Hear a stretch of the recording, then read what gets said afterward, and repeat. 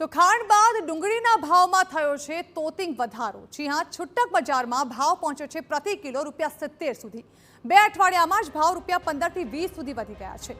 તહેવારો પહેલા ભાવ વધતા પરિવારજનોનું બજેટ ખોરવાયું છે। કમોસમી વરસાદ અને ભેજના લીધે ડુંગળીના પાકમાં ઘટાડો થયો છે। સ્થિતિ ન સુધરે તો ભાવ ₹100 સુધી પહોંચવાની આશંકા છે। હોલસેલ માર્કેટમાં ડુંગળીના ભાવ ₹21 થી વધીને ₹35 સુધી પહોંચી ગયા છે। તો દિલ્હી, ચેન્નાઈ, કોલકાતા જેવા શહેરોમાં 1 કિલો ડુંગળીનો ભાવ ₹65 થી ₹70 સુધી પહોંચી જતા લોકોનું બજેટ ખોરવાઈ ગયું છે। ગત વર્ષે આવા સમયગાળાની આસપાસ 1 કિલો ડુંગળીનો ભાવ ₹27 હતો, જે અત્યારે ડબલથી પણ વધુ છે। મળતી વિગતો અનુસાર કમોસમી વરસાદ અને ભેજના લીધે આ વખતે ડુંગળીના પાકમાં મોટો ઘટાડો નોંધાયો છે અને તેની જ અસર હાલ વર્તાઈ રહી છે।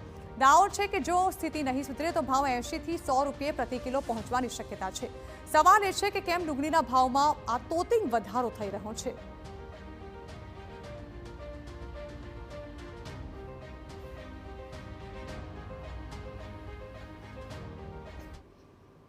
તો ખાંડ બાદ હવે ડુંગળીના ભાવમાં પણ વધારો થયો છે, ત્યારે ગરીબોની કસ્તુરી કહેવાતી ડુંગળીના ભાવમાં કેમ હવે તોતિંગ વધારો જોવા મળી રહ્યો છે, તે હવે વોલ ગ્રાફિક્સના માધ્યમથી જાણવાની કોશિશ કરીએ।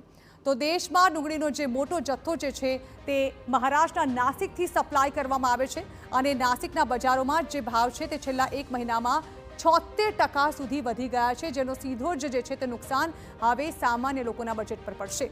પ્રતિકૂળ વાતાવરણને કારણે ડુંગળીના ઉત્પાદન પર તેની અસર જોવા મળી રહી છે। ક્યાંક ભારે વરસાદ, ક્યાંક બિલકુલ વરસાદની અછત। આ વર્ષે ડુંગળીનો જે શિયાળુ પાક હતો તે પણ નબળો રહ્યો છે। એપ્રિલમાં થયેલા જે કમોસમી વરસાદ છે તેને કારણે ડુંગળીના પાકને મોટા પાયે નુકસાન પણ થયું છે, જેમાં મહારાષ્ટ્રના નાસિક, મધ્યપ્રદેશ જેવા મુખ્ય ઉત્પાદન ક્ષેત્રમાં પાકને મોટું નુકસાન થયું છે। તો વરસાદ ખેંચાતા ચોમાસુ ડુંગળી માટેની વાવણીમાં પણ વિલંબ થઈ રહ્યો છે। ડુંગળીની આવક જે છે તે ઘટી છે। ડુંગળીની જે નવી આવક છે તે આવવામાં હજુ પણ સમય લાગી શકે છે। તે સમય દરમિયાન હવે ભાવ વધારાનો સામનો કરવા તૈયાર રહેવું પડશે।